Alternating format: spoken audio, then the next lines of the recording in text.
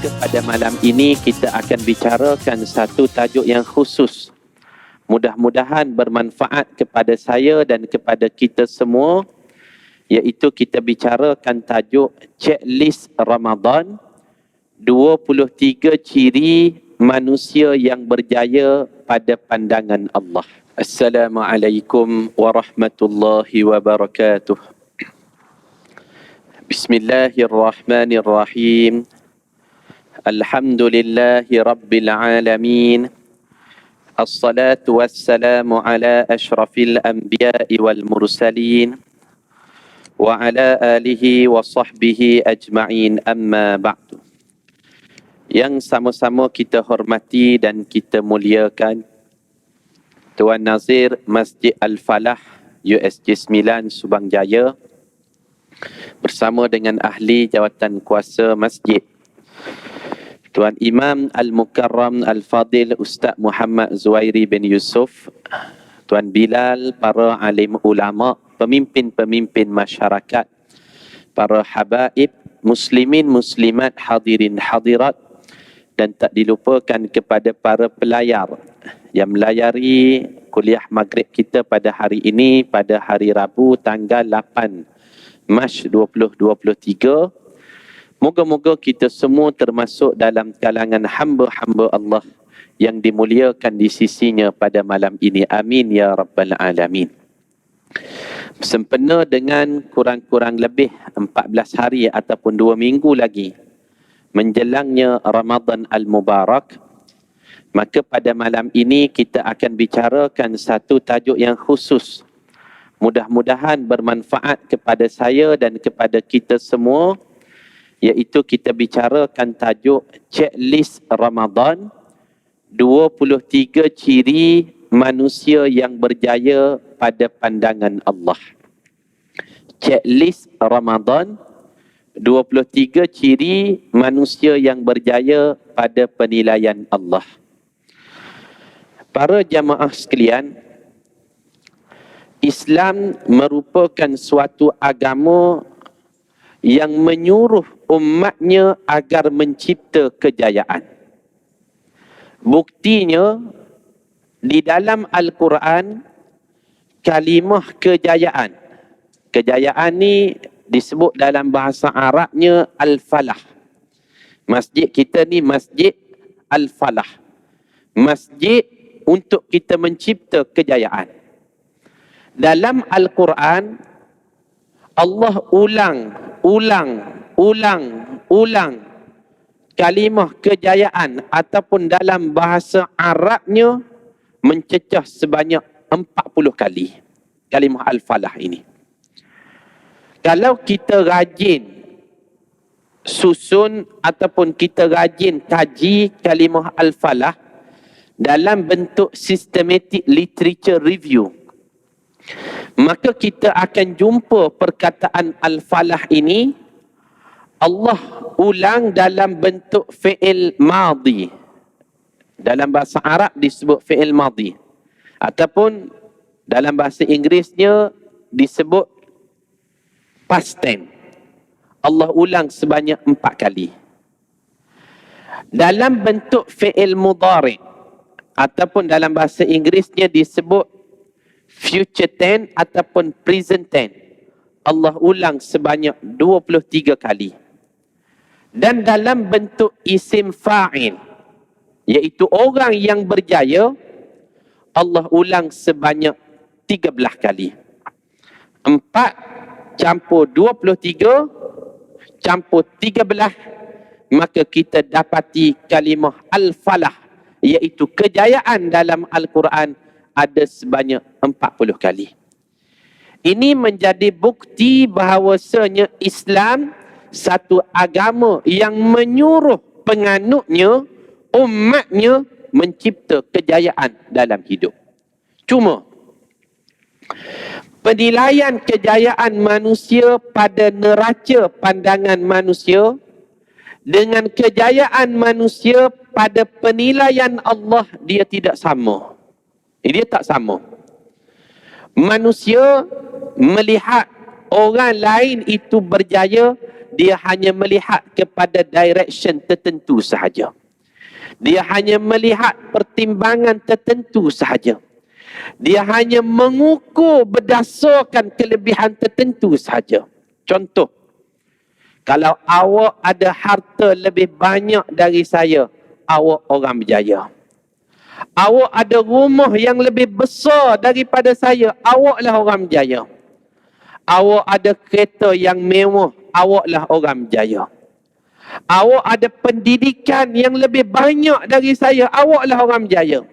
Awak keluar dari universiti luar negara, universiti terkemuka, awak ada degree, master, PhD, gelaran awak bagai-bagai, awaklah orang berjaya.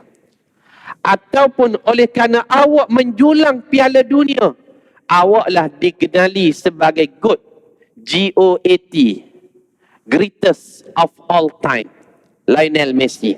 Dulu orang duk berdebat, siapakah pemain yang paling berjaya dalam sejarah? Lionel Messi kah Cristiano Ronaldo? Bila tahun lepas World Cup Qatar 2022, Lionel Messi julang Piala Dunia, maka orang katakan pemain bola sepak yang paling berjaya Lionel Messi. Maka manusia mengukur kejayaan tertentu. Awak ada kelebihan ni, awak mencapai pencapaian ini, awak ada pendidikan ini, awak harta ini, oh awaklah manusia yang berjaya. Cuma pada penilaian Allah, penilaiannya berbeza. Neracanya tak sama. Standardnya tak sama. Ukurannya, piawaiannya tidak sama pada penilaian Allah.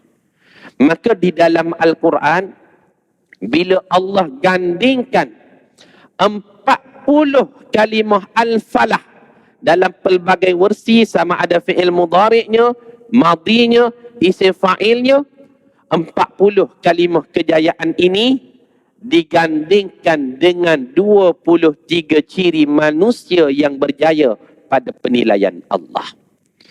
Apakah 23 ciri tersebut? Inilah yang kita nak bicarakan dalam kuliah Maghrib pada malam ini. Moga-moga ia menjadi satu checklist kepada saya dan kita semua menjelangnya Ramadan. Kalaulah 23 ciri ini sudah ada pada kita, syukur pada Allah. Kalau belum ada, kita ambil peluang 14 hari yang berbaki menjelang Ramadan ini agar kita menjadi manusia yang berjaya pada penilaian Allah, insya-Allah. Maka di dalam Al-Quran, Allah Subhanahu wa taala kaitkan ciri yang pertama orang yang berjaya pada pandangan dia. Ciri yang pertama adalah orang yang mendirikan salat. Orang yang mendirikan salat. Ini ada 5 ayat yang khusus di dalam Al-Quran. Allah katakan orang berjaya itu adalah orang yang mendirikan salat. Antaranya disebut dalam surah Al-Baqarah pada ayat yang ketiga. Alif Lam Mim, dzalikal kitabu la raiba fihi hudan lil muttaqin alladzina yu'minuna bil ghaib. Kemudian wa yuqimunas salah, orang yang mendirikan salat. Allah kaitkan ayat selepasnya, ulaika humul muflihun, orang inilah orang yang berjaya. Ini disebutkan juga antaranya di dalam surah Al-Jumu'ah pada ayat yang ke-10. Orang yang berjaya adalah orang yang dirikan salat. فَإِذَا قُضِيَتِ الصَّلَاةُ فَانْتَشِرُوا فِي الْأَرْضِ وَابْتَغُوا مِنْ فَضْلِ اللَّهِ وَاذْكُرُوا اللَّهَ كَثِيرًا لَعَلَّكُمْ تُفْلِحُونَ. Dan apabila selesai kamu mendirikan salat, bertebaranlah kamu di atas muka bumi ini mencari rezeki, berbanyaklah berzikir mengingati Allah, la'allakum tuflihun, mudah-mudahan awak akan berjaya. Disebutkan juga antaranya di dalam surah Al-Hajj pada ayat yang ke-77.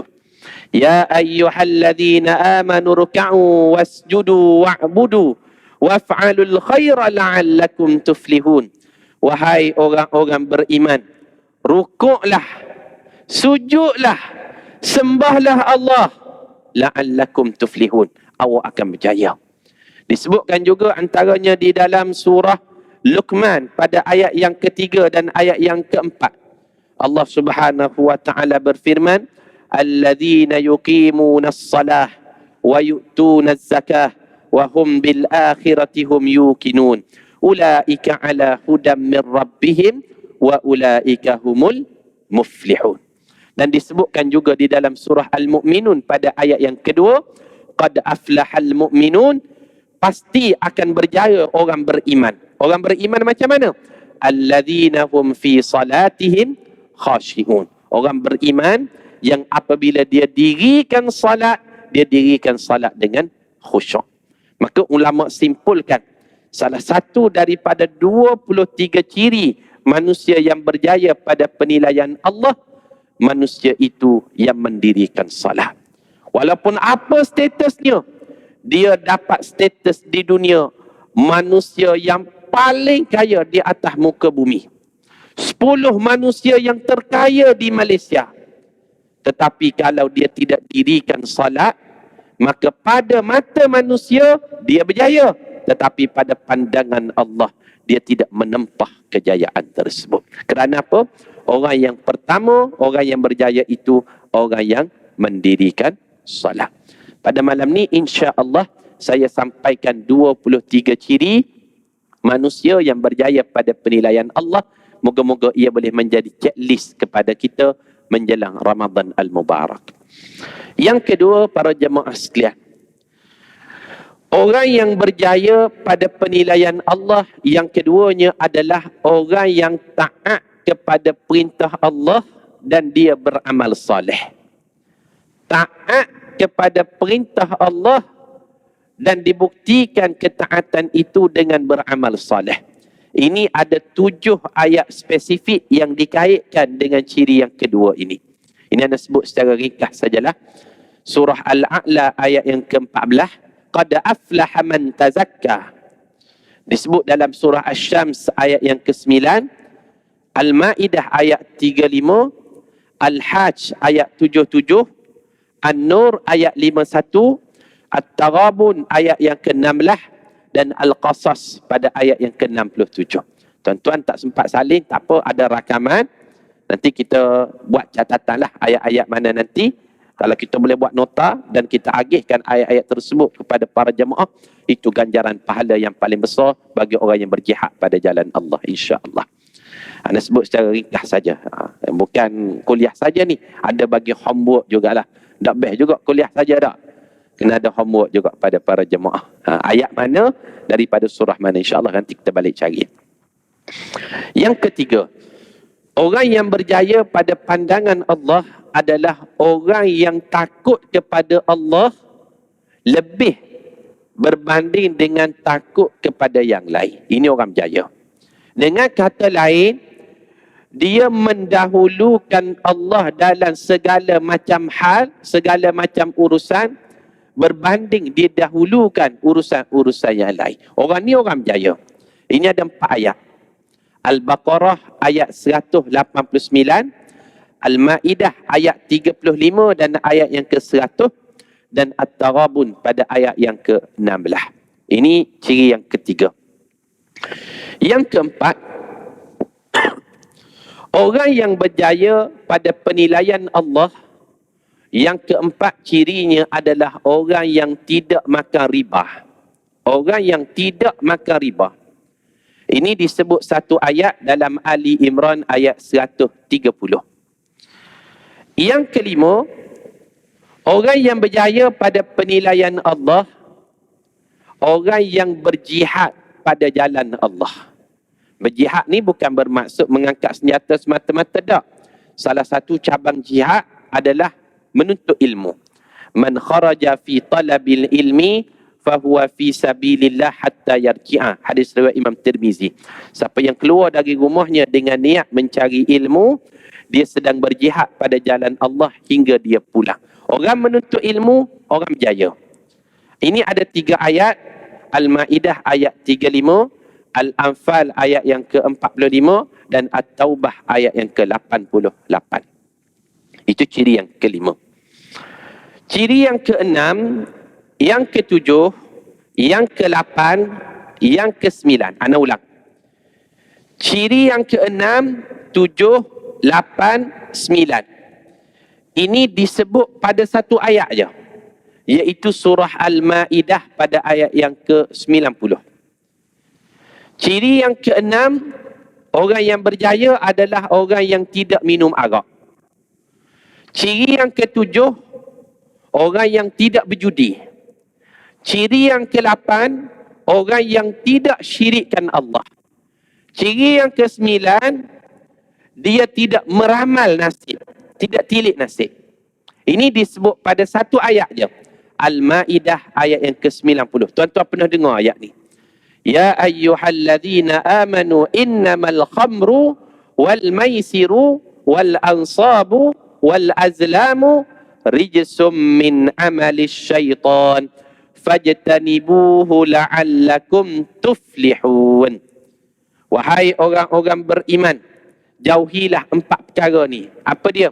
Minum arak, berjudi, sembah patung berhala, tilik nasib. Itu semua adalah termasuk daripada amalan syaitan. Fajtanibuh, jauhilah 4 perkara ini, la'allakum tuflihun. Awak akan berjaya, kata Allah. Ini ciri yang ke-9. Dapat tuan-tuan poin dia? Yang ke-10, orang yang berjaya pada penilaian Allah, ciri yang ke-10 adalah orang yang bersyukur dengan nikmat Allah, walaupun nikmat tu sikit ataupun kecil. Sekecil-kecil nikmat, sesikit-sikit nikmat, dia bersyukur dengan nikmat tersebut. Kecil je. Boleh jadi duduk pada orang lain, nikmat tu orang lain tak pandang pun. Tapi pada dia, kecil je nikmat, alhamdulillah, bersyukur. Orang ni orang berjaya. Ini disebut satu ayat Al-A'raf ayat yang ke-69. Ciri yang ke-11, orang yang berjaya pada penilaian Allah adalah orang yang jaga mata, tundukkan pandangan dan pelihara aurat. Ini ciri yang ke-11. Satu ayat surah An-Nur ayat yang ke-31. Jaga mata, tunduk pandangan, jaga aurat diri dia, orang ni orang berjaya. An-Nur ayat yang ke-31. Ciri yang ke-12, orang yang berjaya pada penilaian Allah adalah orang yang banyak berzikir kepada Allah. Apa-apa zikirlah. Subhanallah, Alhamdulillah, Allahu Akbar. Ataupun zikir-zikir yang lain. Orang ni orang berjaya. Ini satu ayat. Al-Jumu'ah ayat yang ke-10. فَإِذَا قُضِيَتِ الصَّلَاةُ فَانْتَشِرُوا فِي الْأَرْضِ وَابْتَغُوا مِنْ فَضْلِ اللَّهِ وَاذْكُرُوا اللَّهَ كَثِيرًا. Banyaklah berzikir mengingati Allah. لَعَلَّكُمْ تُفْلِحُونَ. Awak akan berjaya, kata Allah. Ini ciri yang ke-12. Ciri yang ke-13. Orang yang berjaya pada penilaian Allah adalah orang yang beriman dengan perkara gaib dan hari kiamat. Beriman dengan perkara gaib, dosa, pahala, syurga, neraka, bagai-bagai perkara gaib, dia beriman dan dia yakin dan dia beriman bahawasanya akan berlakunya hari kiamat. Ini 3 ayat. Al-Baqarah ayat 3, Luqman ayat 4, Al-Mujadalah ayat yang ke-22. Ini ciri yang ke-13. Ciri yang ke-14, orang yang berjaya pada penilaian Allah adalah orang yang banyak infak pada jalan Allah. Infak pada jalan Allah. Ini ada 4 ayat khusus. Al-Baqarah ayat 3, Ar-Rum ayat 38, Al-Hasyr ayat yang ke-9, At-Taghabun pada ayat yang ke-16. Banyak infak pada jalan Allah, orang berjaya pada penilaian Allah. Yang ke-15, orang yang berjaya pada penilaian Allah, orang yang beriman dengan kitab sebelum Al-Quran. Zabur, Taurat, Injil Dia yakin ini merupakan kitab yang Allah turunkan kepada nabi-nabi yang terpilih selain daripada Al-Quran itu tadi. Ini satu ayat Al-Baqarah ayat 3. Alif Lam Mim, dzalikal kitabu la raiba fihi hudan lil muttaqin alladzina yu'minuna bil ghaib. Dia beriman kepada perkara ghaib. Wa yuqimunas salah. Dia melaksanakan salat. Wa mimma razaqnahum yunfiqun. Dengan rezeki itu dia berinfak pada jalan Allah. Walladzina yu'minuna bima unzila ilaika wa ma unzila min qablik wa bil akhirati hum yuqinun.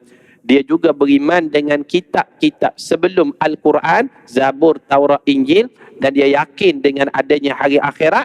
Allah katakan, ulaika humul muflihun. Orang ni orang yang berjaya. Ini ciri yang ke-15. Ciri yang ke-16, orang yang berjaya pada penilaian Allah adalah orang yang mengajak orang lain buat kebaikan dengan cara hikmah. Dia bukan saja dia yang buat baik, tapi dia lorong, dia dorong, dia galak, dia ajak orang lain buat kebaikan dengan cara hikmah. Orang ni orang berjaya. Ini disebut satu ayat Ali Imran ayat 104. Ciri yang ke-17, orang yang berjaya juga adalah orang yang melaksanakan amar ma'ruf nahi mungkar. Ini tak semua orang mampu lakukan dan tak semua orang berani. Amar ma'ruf nahi mungkar. Ajak orang lain buat kebaikan dengan cara hikmah, itu kita bolehlah.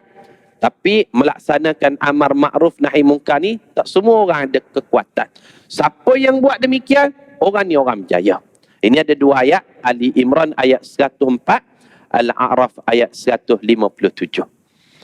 Ciri yang ke-18, orang yang berjaya pada penilaian Allah, orang yang taat kepada perintah Nabi.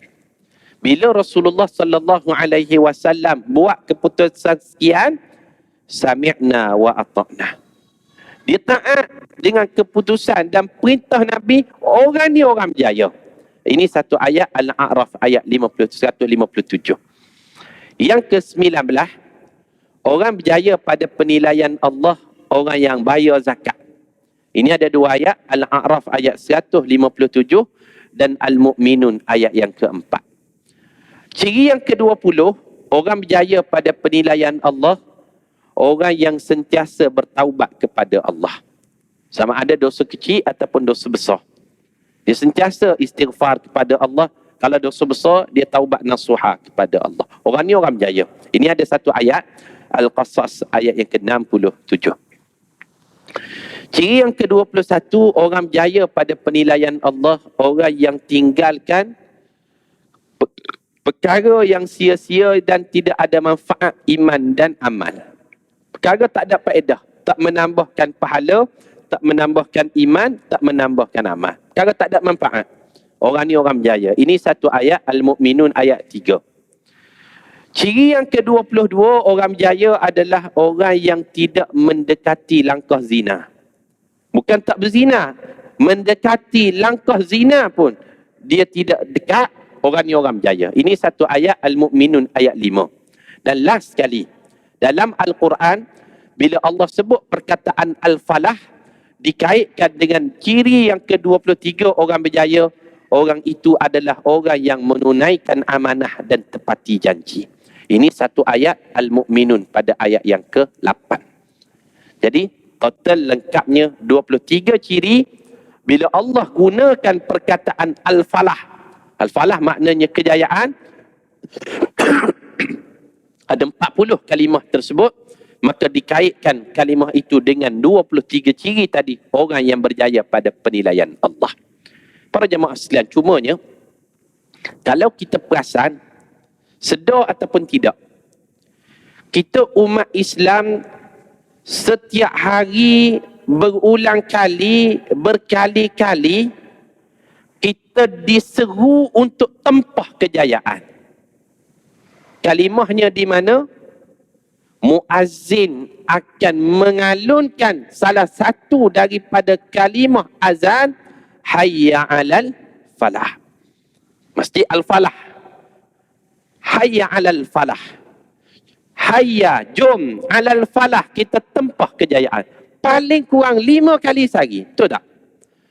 Kejayaan mana yang diseru oleh muazzin tadi? Kejayaan yang 23 tadi.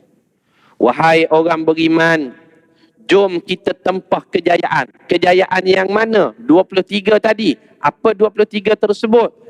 Menunaikan amanah, tepati janji, mendirikan salat, tunduk pandangan. Bagai-bagai 23 tadi, itu terkandung pada kalimah al-falah. Jom kita tempah kejayaan. Dan kalau kita perasan, pada kalimah hayya 'alal falah, jom orang beriman kita tempah kejayaan yang 23. Jawab kepada seruan tadi tidak sama dengan kita jawab pada seruan-seruan yang lain. Betul tak? Ketika mana muazzin menyebut Allahu Akbar, Allahu Akbar, kita ulang je. Allahu Akbar, Allahu Akbar. Syahadu an la ilaha illallah. Syahadu an la ilaha illallah. Syahadu anna Muhammadar Rasulullah. Syahadu anna Muhammadar Rasulullah. Kita ulang. Tapi tang hayya 'alas salah, hayya 'alal falah, jawabnya berubah. Seruan itu kita jawab tidak dengan kita ulang kalimah muazzin, tetapi kita katakan la haula wala quwwata illa billah. Betul tak? Kami tidak ada kekuatan, kami tidak ada daya, kami tidak berupaya menempah 23 kejayaan tadi, wahai Allah, illa billah, melainkan kami perlu bantuan dan pertolongan Engkau. Kita mengakui hakikat tersebut. Kami tak mungkin dapat menempah 23 kejayaan. Mustahil kami mampu melaksanakan amanah. Kami mampu menunaikan janji. Kami mampu mendirikan salat. Kami mampu menunaikan zakat. Kami mampu jaga pandangan. Kami mampu sekian. 23 tadi. Illa billah, melainkan bantuan dan pertolongan Engkau, wahai Allah. Sebab itu, para ulama sebut, salah satu bentuk kita mohon bantuan dan pertolongan Allah untuk kita tempah kejayaan, salah satunya kita kena minta dengan dia. Kita kena minta dengan Allah. Minta ni salah satu permintaannya bentuknya melalui doa. Melalui doa. Sebab itu kalau kita tengok di dalam Al-Quran, antaranya di dalam surah Al-Baqarah pada ayat yang ke-201, ada satu doa yang paling mahal. Doa ni doa yang paling mahal. Sebab apa paling mahal? Doa ni bukan sahaja terakam di dalam Al-Quran, doa ni jugalah yang paling banyak diamalkan oleh Nabi SAW. Dan semua kita hafal doa ni.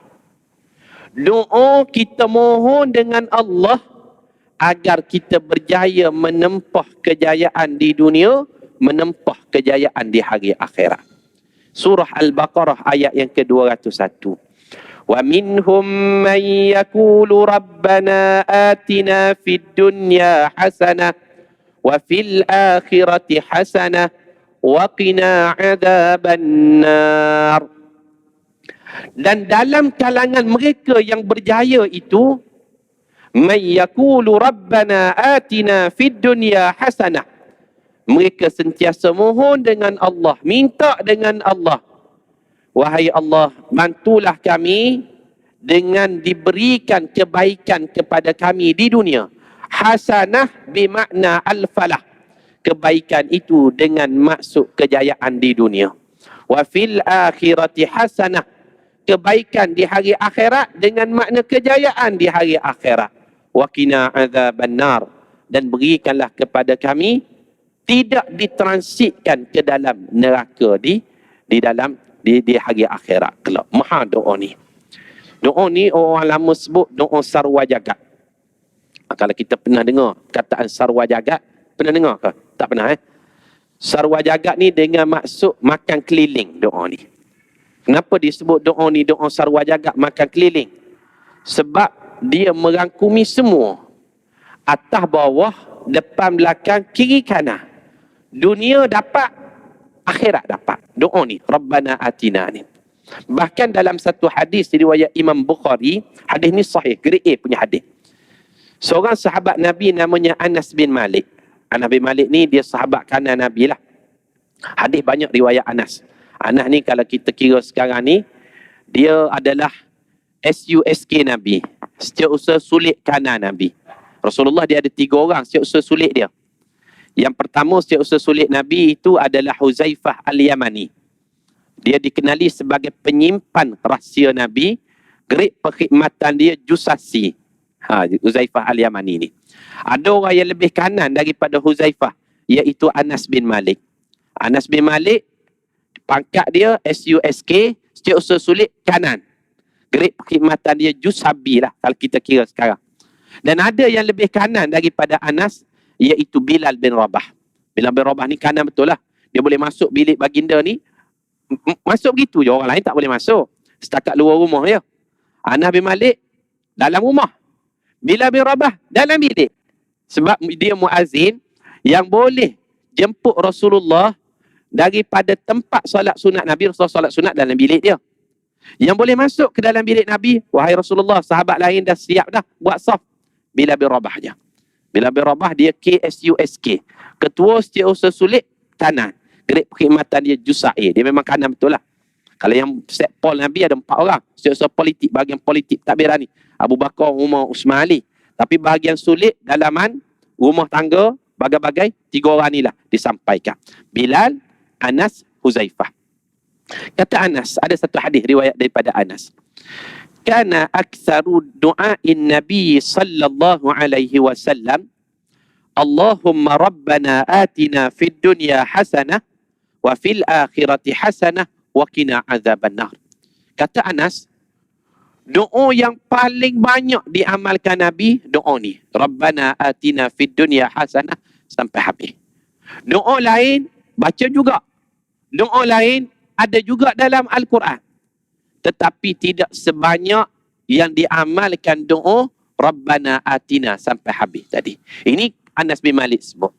Dan di dalam hadis riwayat Imam Muslim, Imam Muslim tambah, wa kana Anasun idza arada an yad'uwa bi da'watin da'a biha.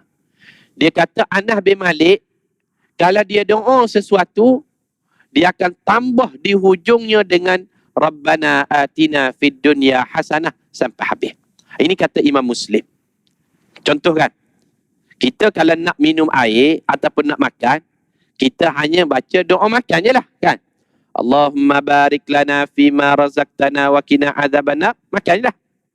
Tapi Anas bin Malik tak. Dia akan tambah hujungnya Rabbana atina fid dunya hasanah wa fil akhirati hasanah wa qina azabannar. Ini kata Imam Muslim. Wa kana Anasun idza ayad'u bi da'watin da'a biha. Anas bin Malik bila dia doa sesuatu, dia akan tambah dengan Rabbana atina. Baru dia makan.